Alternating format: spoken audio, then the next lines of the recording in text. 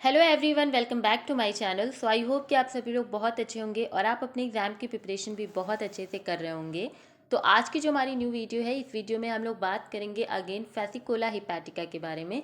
लेकिन आज का जो हमारा टॉपिक होगा वो फिजियोलॉजी में एक्सक्रीशन टॉपिक होगा। इससे पहले हम लोगों ने इंट्रोडक्शनल वीडियो में बहुत अच्छे से पढ़ा है कि फैसिकोला हिपैटिका है क्या, क्या क्या उसके कैरेक्टर्स हैं, क्या इंपॉर्टेंट फीचर्स हैं। प्लस हमने फिजियोलॉजी में डाइजेशन भी ऑलरेडी ख़त्म कर दिया है, बॉडी वॉल पढ़ा था, हैबिट एंड हैबिटेट मीन्स सब कुछ पढ़ लिया है। तो अगर आप इंटरेस्टेड हैं फैसिकोला हिपैटिका की वीडियो देखने के लिए, या फिर आप कोई भी video like Euglena, Paramecium, Monocystis, Obelia, Aurelia, Sycon, किसी की भी वीडियो आपको देखनी है तो प्लेलिस्ट में हम आपको लिंक दे देंगे आपके यूनिट 1 एंड यूनिट 2 दोनों की। आप बस प्लेलिस्ट पे क्लिक करिएगा, आप लिंक पे पहुंच जाएंगे जो भी है प्लेलिस्ट, और फिर वहाँ से आप वीडियो देख लेना। बच्चों ने 5th सेमेस्टर में बॉटनी लिया है उन लोगों को भी ये इन्फॉर्मेशन देना चाहते हैं कि यूनिट 1 ऑलरेडी चैनल पे खत्म हो चुका है। यूनिट 2 की क्लासेस आफ्टर यूनिट 2 खत्म हो जाएगा जियोलॉजी में, तो हम स्टार्ट कर देंगे। तो चैनल पे जरूर अगर न्यू है तो सब्सक्राइब कर लीजिए, क्योंकि यहाँ पर बहुत वंडरफुल वीडियोस मिलती हैं जो आपके एग्जामिनेशन को हलवा क्लियर करने में बहुत हेल्प करती हैं। Now let's move on the video. देखिए, फिजियोलॉजी में एक्सक्रीशन पढ़ेंगे फैसिकोला हिपैटिका के बारे में। देखिए, यहाँ फैसिकोला हिपैटिका में जो वेस्ट मटेरियल होता है या अनडाइजेस्टेड फूड बोलते हैं, वेस्ट मटेरियल बोलो या अनडाइजेस्टेड फूड बोलो, जो फूड तुम डाइजेस्ट कर ले रहे हो वो न्यूट्रिशन के रूप में तुम्हारी बॉडी में एसिमिलेट एंड एब्जॉर्ब हो जा रहा है। लेकिन जो फूड तुम नहीं डाइजेस्ट कर पा रहे हो उसे तुम अनडाइजेस्टेड फूड कहते हो, और उसे ही क्योंकि वो अनडाइजेस्टेड है, किसी काम का नहीं है, वो तुम्हारी बॉडी में डाइजेस्ट नहीं हुआ है, तो उसे तुम वेस्ट मटेरियल कहते हो, मतलब खराब सामान कहते हो। तो जो भी वेस्ट मटेरियल तुम्हारी बॉडी से निकलता है वो एक्सक्रीशन की प्रोसेस से निकलता है। वो कोई भी है, बड़े से बड़ा मैमल हो, छोटे से छोटा ऑर्गेनिज्म हो, जो हमारे बॉडी से बाहर निकलता है वेस्ट मटेरियल, उस प्रोसेस को एक्सक्रीशन ही बोला जाता है।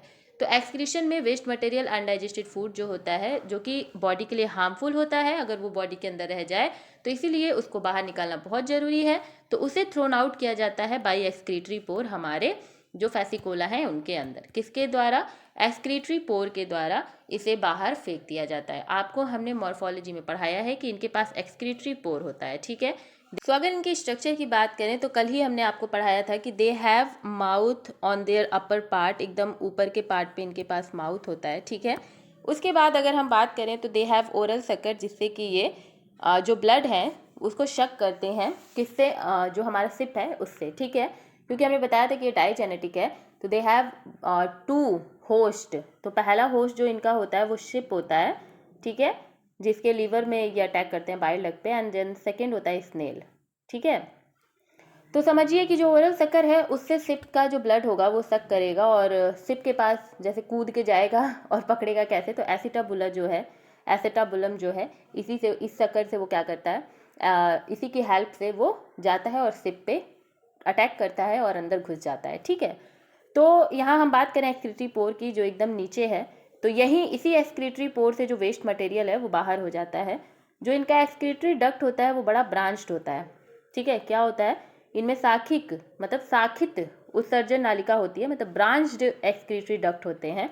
और जो मेन एक्सक्रीटरी कैनॉल होता है वो उनका ओपन हो जाता है एक्सक्रीटरी पोर में, लाइक कि ये रहा इनका एक्सक्रीटरी। यहाँ देखिए ये ब्रांच है, बीच में एक, यहाँ पर एक पोर रहेगा, और इस तरीके से एक्सक्रीटरी जो है ब्रांच्ड वे में यहाँ आएंगी, ठीक है, और फिर यहाँ पर आकर के जुड़ जाएंगी। तो वेस्ट मटेरियल होगा वो इस तरीके से हमारे एक्सक्रीटरी कैनॉल में आएंगी और फिर वो एक्सक्रीटरी पोर के द्वारा फिर बाहर निकल जाएंगी। गेटिंग माई पॉइंट, ठीक है। तो they have branched excretory duct, okay. और इनका जो मेन एक्सक्रीटरी कैनॉल है वो किस में खुल जाता है? एक्सक्रीटरी पोर में। फिर जो इनके एक्सक्रीटरी सिस्टम है, ये लेटरल ब्रांचेस भी इसमें पाए जाते हैं। क्या होते हैं? लेटरल ब्रांचेस पाए जाते हैं, और सभी लेटरल ब्रांच के एंड में एक स्पेशल सेल पाया जाता है जिसका नाम है फ्लेम सेल, ठीक है। बहुत ज़्यादा इंपॉर्टेंट ये सेल है फ्लेम सेल, और इस प्लैटीहेलमिन्थेस का ये सबसे इंपॉर्टेंट कैरेक्टरिस्टिक है। लाइक अगर आपको कोई बोले फ्लेम सेल तो आपके मुंह से तुरंत निकलना चाहिए प्लैटीहेलमिन्थेस, क्योंकि ये द मोस्टेस्ट इंपॉर्टेंट कैरेक्टरिस्टिक है हमारे प्लैटीहेलमिन्थेस का, और आप फैसिकोला प्लैटीहेलमिन्थेस में ही पढ़ रहे हो, ठीक है। इसके बाद आप टीनिया पढ़ोगे जो कि टेप वॉर्म होगा, सिस्टोडा में आएगा वो, लेकिन अभी आप फैसिकोला पढ़ रहे हो, ठीक है। अच्छा, अभी देखो जो एक्सक्रीटरी सिस्टम है ये कंपोज होता है एक्सक्रीटरी डक्ट और फ्लेम सेल से, जिसको कि आप प्रोटोनेफ्रीडिया भी बोल सकते हो, जो कि एक्सक्रीटरी डक्ट से क्या होता है? कनेक्टेड होता है। मतलब कि जो हमारा एक्सक्रीटरी सिस्टम है फेसिकोला में वो दो चीज़ों में बटा हुआ है। पहला एक्सक्रीटरी डक्ट, ठीक है, जिसकी मेन जो कैनॉल है ये किस में हो जाती है, एक्सक्रीटरी पोर में खुल जाती है। दूसरा फ्लेम सेल है जो कि एक्सक्रीटरी डक्ट के ही साथ कनेक्टेड होता है। अब ये फ्लेम सेल क्या करता है भाई, तो देखिए फ्लेम सेल सबसे पहले होता क्या है, देखिए फ्लेम सेल इरेगुलर होता है शेप में, वो उसका शेप कोई ऐसे निर्धारित नहीं होता है, इरेगुलर होता है, कुछ ऐसा इनका शेप होता है, ठीक है, ऐसा। तो ये शेप होती है इनकी, and they are made up of parenchyma cell. ये पैरेन्काइमा सेल के बने होते हैं और इनके पास इंटरसेलुलर स्पेस होता है। अगर इनके स्ट्रक्चर की बात करें तो इनके पास सीलिया का स्ट्रक्चर होता है सेंटर में, और फिर स्लिट होती है, ओपनिंग होती है, एंड इनके पास they have their own nucleus. तो ये फंक्शनिंग बहुत अच्छे से करते हैं। इनके पास कलेक्टिंग ट्यूब होता है, सीलिया, फिर फ्लूइड एंड फ्लेम सेल। ये नेटवर्क हो गए हमारे फ्लेम सेल के, ठीक है। फ्लेम सेल का हेल्प क्या होता है, मतलब क्यों हेल्पफुल है फ्लेम सेल, तो ये किडनी जो है उसी की तरह फंक्शनिंग करती है। जैसे मैमल्स में, बड़े हायर ऑर्गेनिज्म में किडनी होती है, वो किसका है किडनी किस लिए यूज आती है, फॉर द एक्सक्रीशन पर्पज। तो उसी तरह जो फ्लेम सेल है वो छोटे ऑर्गेनिज्म में, लाइक प्लैटीहेल्मिन्थीज में, फ्लेम सेल का काम एकदम किडनी की तरह है कि वेस्ट मटेरियल को उसे रिमूव करना है थ्रू द फिल्टरेशन प्रोसेस याद रखना है कि फिल्टरेशन की प्रोसेस से ही जो फ्लेम सेल है वो एक्सक्रीट करता है, ठीक है। और जो फ्लेम सेल है ये बहुत ही कैरेक्टरिस्टिक फीचर है हमारे प्लैटीहेल्मिन्थीज, जिसको कि हम फ्लैटवर्म कहते हैं, समझ गए। इसको ज्वाला कोशिका कहते हैं। ये किडनी की तरह कार्य करती है निस्पंदन के माध्यम से, मतलब फिल्टरेशन के माध्यम से, जो अपशिष्ट मतलब कि जो हमारा वेस्ट मटेरियल है उसको बाहर निकाल देती हैं, ठीक है। उसके बाद देखिए the excretory material in Fasciola hepatica is fatty acid, carbon dioxide and ammonia. तो एक्सक्रीटरी, चलो भाई, एक्सक्रीशन के द्वारा एक्सक्रीटरी सामान जो है एक्सक्रीटरी पोर के थ्रू बाहर फेंकी जा रही हैं। तो क्या फेंकी जा रही हैं, आखिर वो एक्सक्रीटरी सब्सटेंस है क्या, तो दे आर फैटी एसिड, ठीक है, फैटी एसिड। उसके बाद कार्बन डाइऑक्साइड जो कि वेस्ट मटेरियल है, एंड अमोनिया, बहुत जगह आपने पढ़ा है। तो ये तीन चीज़ जो है ये फेसिकोला की बॉडी से निकालना बहुत ज़रूरी है। अगर ये तीनों रह गए तो फिर फेसिकोला हेपेटिका मर जाएगा।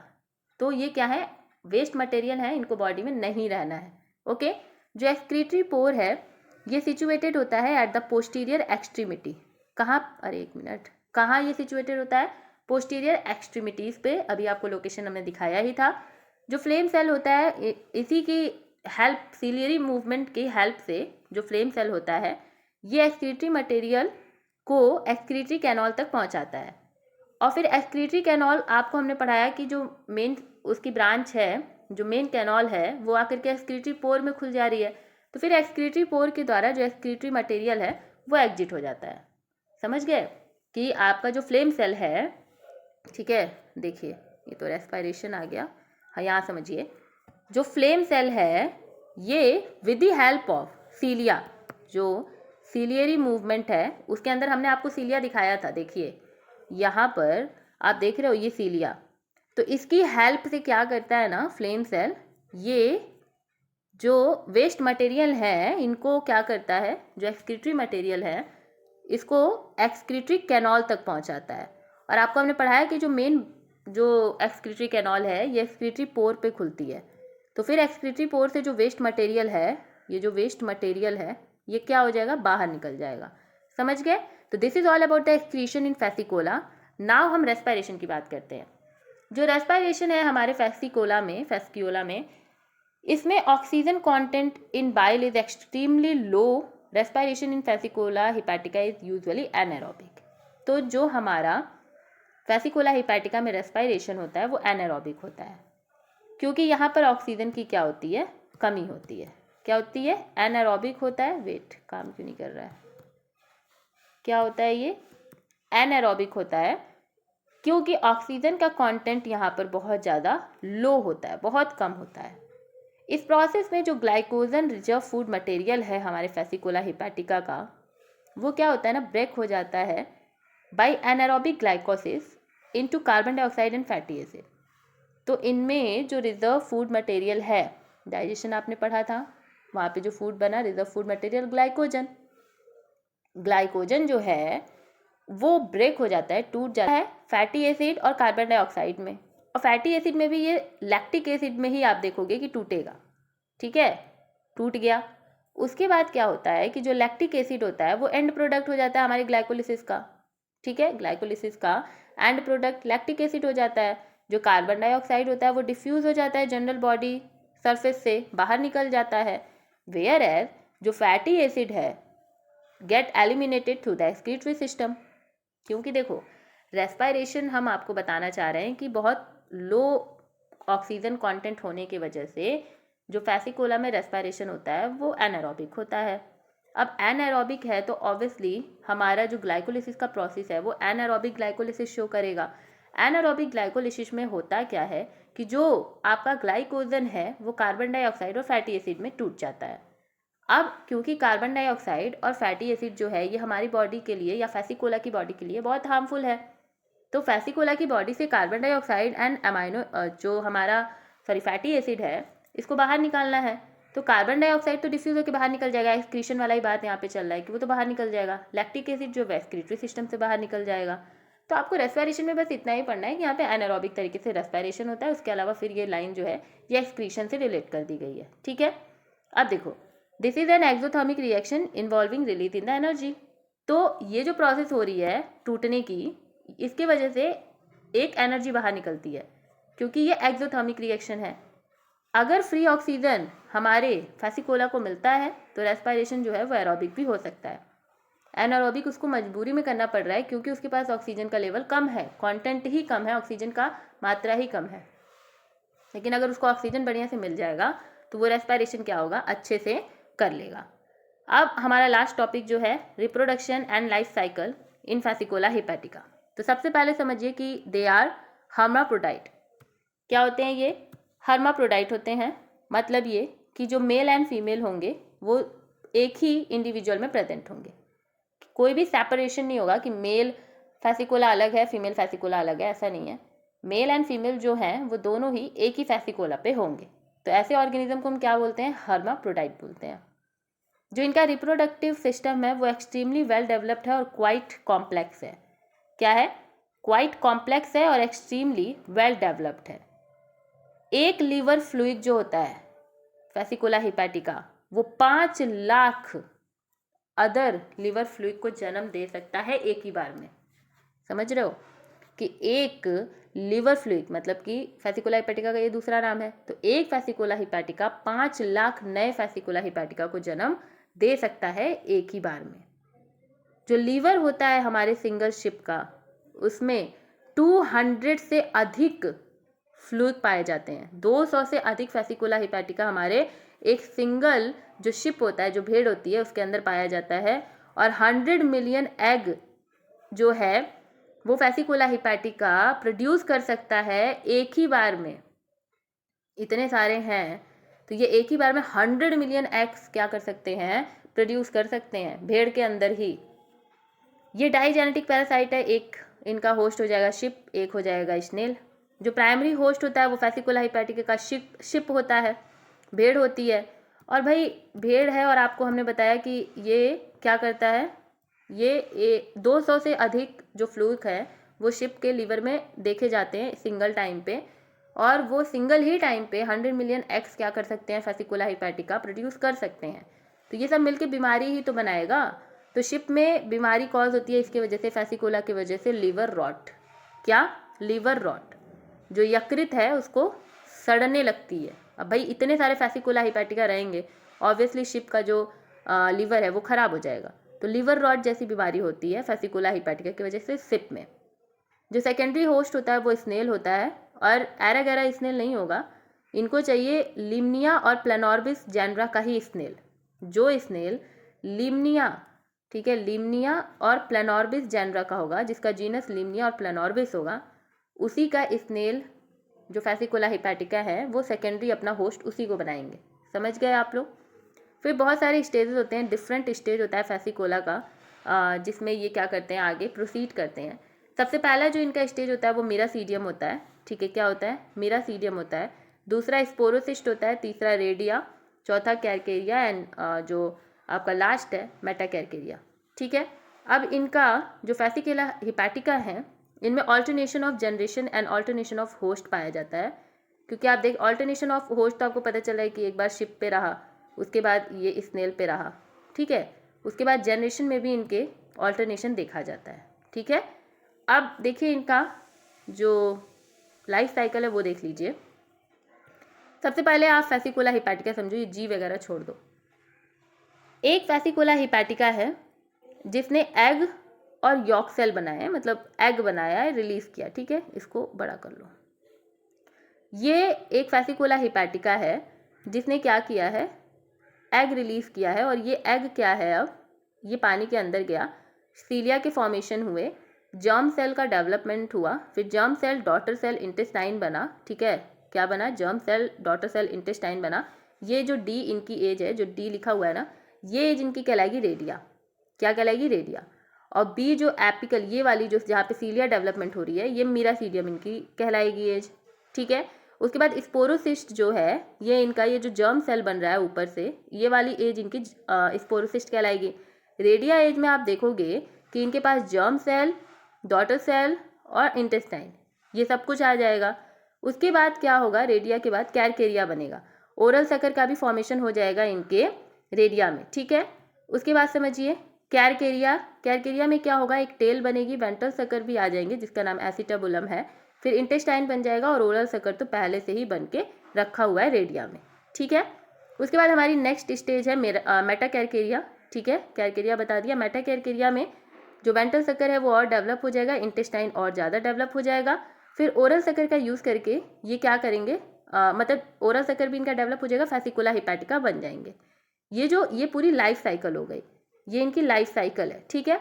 अगर इनके बात करें इनके होस्ट की, तो क्या होता है कि ये जो फैसिकोला हिपैटिका है, ये किस में पाए जा रहे हैं, हमारे शिप के अंदर, लीवर में, ठीक है। अब ये वाला जो एज होगा, ठीक है, एफ वाला एज जो है मेटा कैरकेरिया वाला, ये मेटा कैरकेरिया वाला ही एज जो है, स्टेज, ये शिप में अटैक करेगा, क्योंकि देखिए इनके पास अच्छा खासा ओरल सकर क्या हो गया, डेवलप हो चुका है। तो यही क्या करेगा, अब ये इन पे अटैक करेगा और एसिटाबुला जो वेंट्रल सकर है उसकी हेल्प से इसके लिवर रॉट में घुस, मतलब एसिटाबुला का यूज़ करके ये क्या करेगा, घुस जाएगा लिवर में शिप के, ठीक है, घुस गया। उसके बाद शिप जब फिसेस, जो फीकल मटेरियल होगा शिप का, जो एक्सक्रीटरी मटेरियल होगा हमारे भेड़ का, जो पॉटी होगी जो हमारे शिप की, उसमें बहुत सारे क्या होंगे, फैसिकोला हिपैटिका। अब ये जो फैसिकोला हिपैटिका है इसमें बहुत सारे एग होंगे ना, मतलब फैसिकोला हिपैटिका जो शिप के पॉटी में है भाई, वो बस फैसिकोला हिपैटिका तो नहीं होंगे ना, उसके एग भी होंगे। फिर ये एग पानी में जाएगा और पानी में ही इसका क्या होगा, डेवलपमेंट होगा। फिर इसी में से एक स्टेज स्नेल में चली जाएगी और फिर स्नेल में क्या कर ले, ये रहने लगेंगे।